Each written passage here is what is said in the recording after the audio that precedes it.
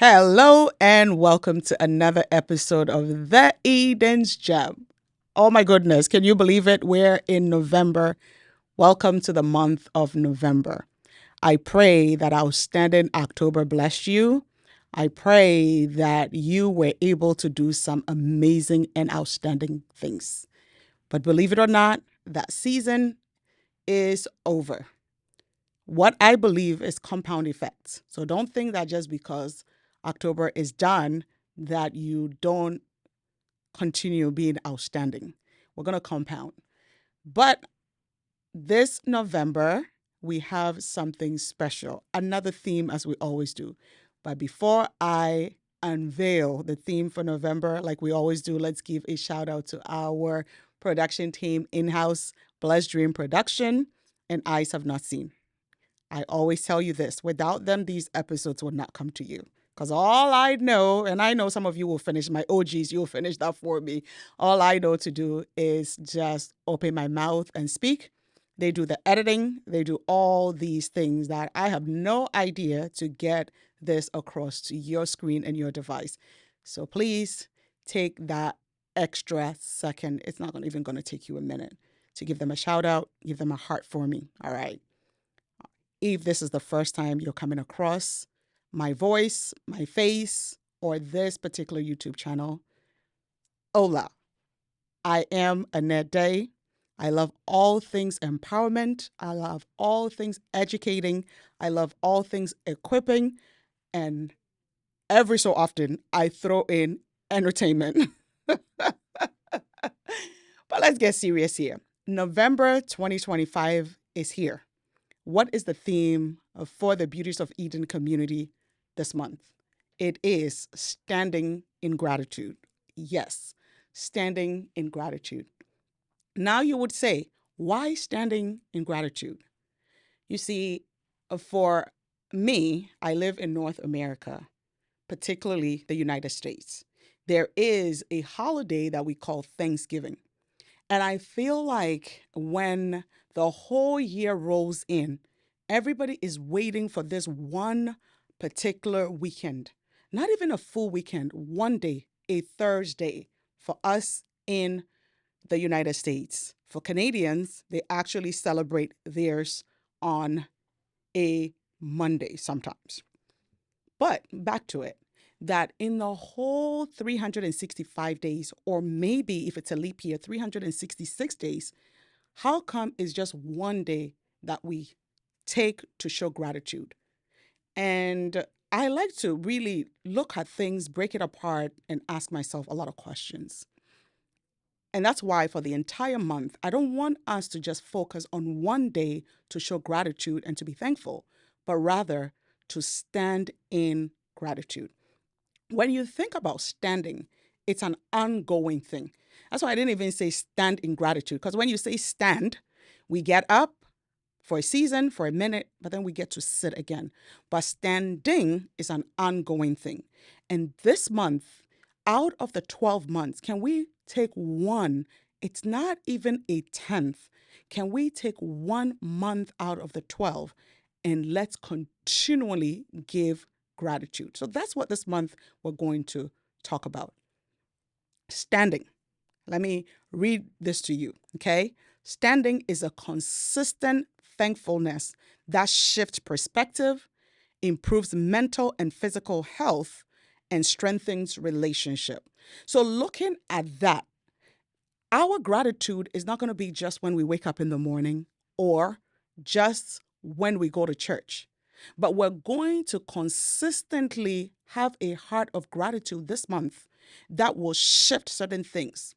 You see, when you are down and low, you can give thanks for maybe the morning, but in the afternoon, when the cares of this world comes, you find yourself lose the heart of joy and gratitude.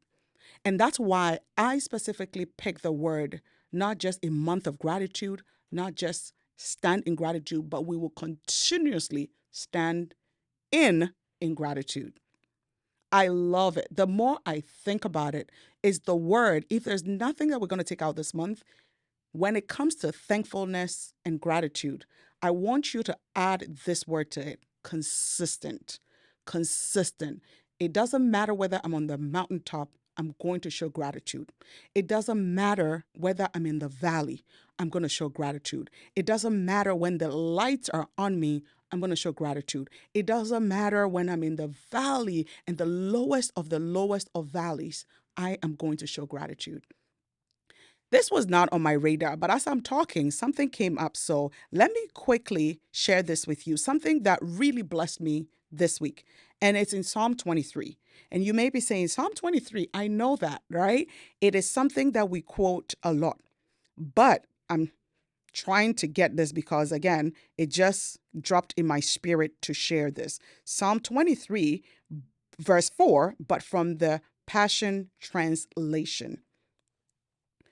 The Passion Translation of Psalm 23, verse 4 says this: Even when your path takes me through the valley of deepest darkness, fear will never conquer me, for you already have.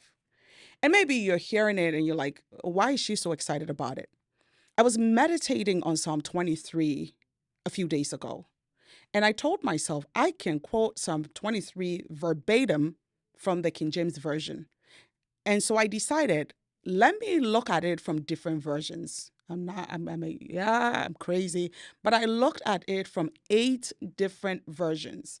I loved the message, but then this particular verse 4 from the TPT, or the Passion Translation, really blessed me.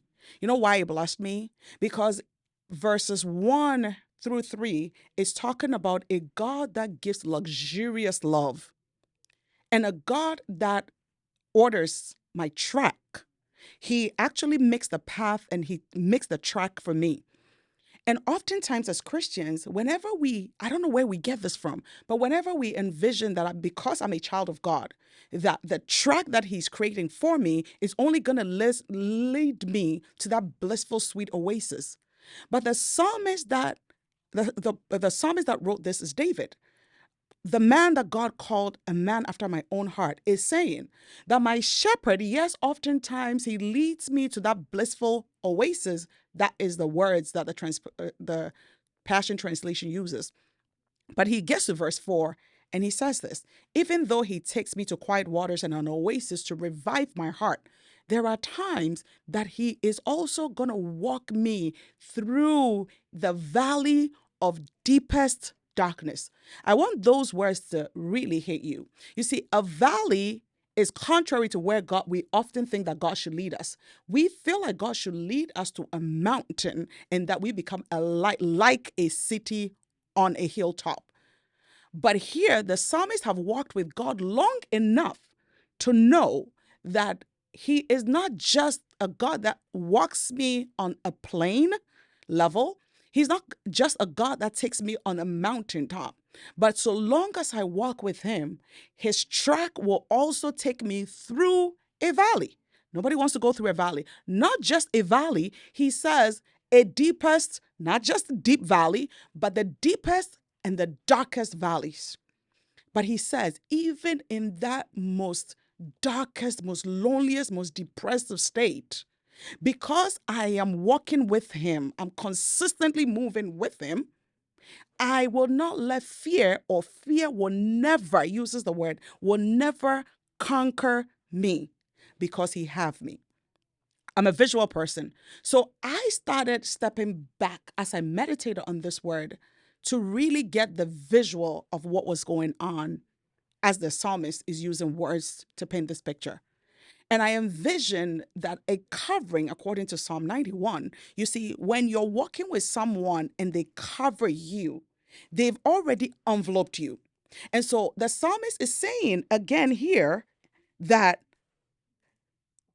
fear, let me read it again.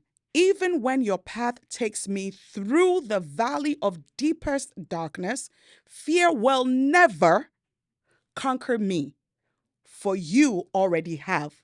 You already have what? You've already conquered me. You've already shielded me. You've already protected me.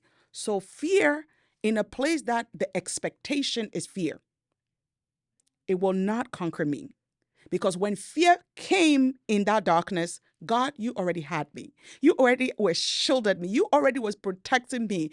I don't know if you've ever watched a movie or something where you see like a bullet coming or a disaster coming, and maybe a mother or a father or a soldier would throw themselves over maybe a child or a civilian to protect them.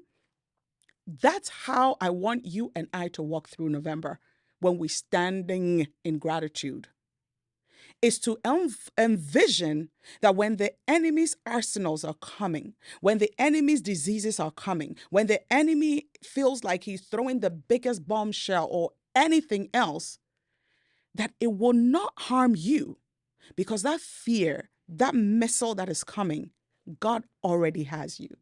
And for me, that is one of the reasons, one of many reasons, that we have to continually standing in gratitude this month.